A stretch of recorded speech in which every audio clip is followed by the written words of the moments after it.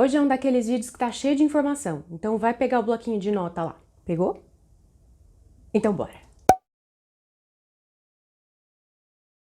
Oi gente, tudo bem?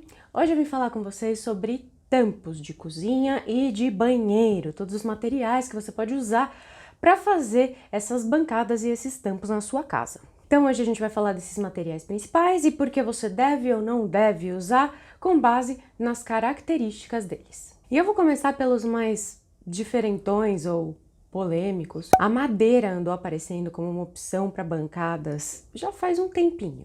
E ficou super popular, então tem muita gente que pede pra mim que quer fazer uma bancada de madeira. Mas é lembrar que a madeira ela é muito sensível à umidade e ela é muito porosa, então ela vai absorver não só a umidade, como também eventuais impurezas. Isso acaba fazendo com que a madeira não seja uma ótima opção para você colocar exatamente do lado da sua torneira. Então eu super recomendo que você coloque, por exemplo, numa ilha ou então em um lavabo, em alguma área que não tenha uma super umidade, tá? Mas independente do lugar que você colocar, seja ele úmido ou não, você precisa lembrar que a madeira precisa de manutenção periódica. Se molhou, você precisa secar imediatamente e você sempre vai ter que repassar aquele impermeabilizante que você usou da primeira vez. Vale lembrar que uma madeira bem cuidada, ela dura mais do que a grande maioria das coisas que a gente vê por aí nesse mundo. Então, só escolha ela se você estiver disposto a realmente cuidar. Uma coisa um pouco similar acontece com o cimento, que está super na moda ultimamente em todos os lugares da casa. O cimento, ele é poroso, ou seja, a durabilidade dele vai ser super prejudicada se você colocar muita umidade em volta dele.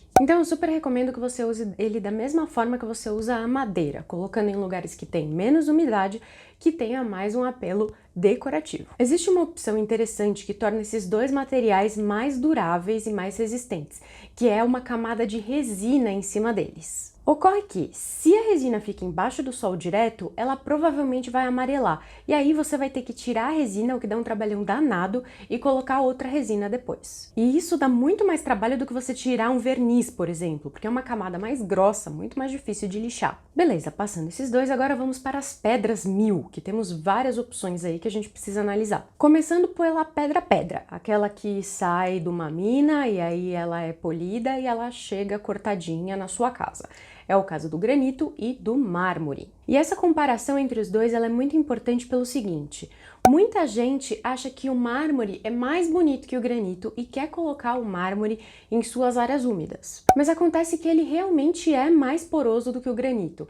Então, se você estiver procurando por uma coisa que dure muito tempo, o ideal é você escolher o granito e não o mármore. O problema de um material poroso em uma área de cozinha, por exemplo, não é só o fato de que ele pode absorver umidade, mas é que ele pode acabar criando um mofo, ele pode juntar impureza, então pode ser que fique meio eca, né, com o tempo. O granito ele é muito menos poroso, ele é muito mais resistente e muitas vezes ele pode ser mais barato do que o mármore. Mas nesse aspecto você vai encontrar uma gama enorme de preços. Existem mármores caríssimos, granitos baratíssimos, então é sempre bom que você faça essa pesquisa para fazer o comparativo e não que você me ouça falar sobre preços. Outra pedra que o pessoal tem me perguntado de vez em quando, porque apareceu em alguns projetos e em algumas revistas por aí, é o ônix. O ônix é uma pedra que costuma aparecer retroiluminado, ou seja, tem uma luz atrás dele, e aí ele fica uma coisa super hiper decorativa. E pensa numa pedra chique, gente, mas é chique no pior sentido da coisa.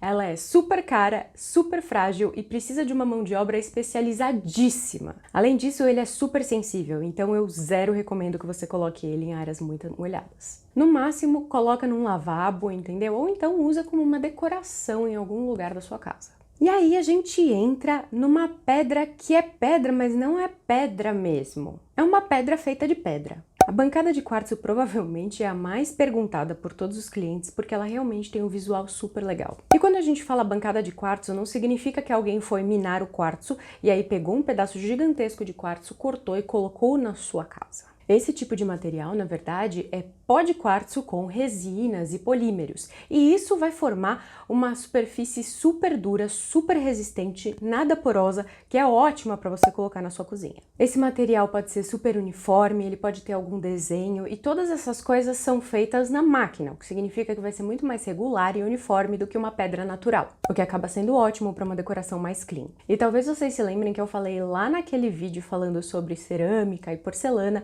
que o quartzo realmente deixa as coisas mais resistentes, que nem ele deixa a porcelana. Vou marcar o vídeo aqui para você dar uma olhada. Por fim, existe uma opção que várias pessoas estão escolhendo agora, que é a bancada de porcelanato. E o porcelanato ele é muito interessante porque ele tem um custo-benefício melhor do que uma bancada de quartzo, por exemplo, e ele também dá bastante resistência. A grande questão desse tipo de bancada é que você precisa de uma mão de obra ótima para o trabalho não ficar mal feito. Os encaixes têm que ser todos perfeitinhos, tudo muito bem cortadinho, e aí você vai ter uma bancada linda de porcelanato, que é uma coisa super impermeável, super resistente e ótima para uma área úmida. Se você quer saber um pouquinho mais sobre o porcelanato e outros tipos de revestimentos cerâmicos, eu vou deixar o vídeo marcado aqui para você também. E por hoje é só, gente. Eu espero que vocês tenham gostado desse vídeo. Se vocês gostaram, curtam, compartilhem e se inscrevam no canal. E se vocês tiverem alguma dúvida, vocês sempre podem mandar para mim aqui nos comentários que eu vou ter o maior prazer em responder. E se vocês usarem essas dicas, venham me contar e me mostrem a bancada de vocês, que eu tô super curiosa para ver. Beijo, gente! Tchau, tchau!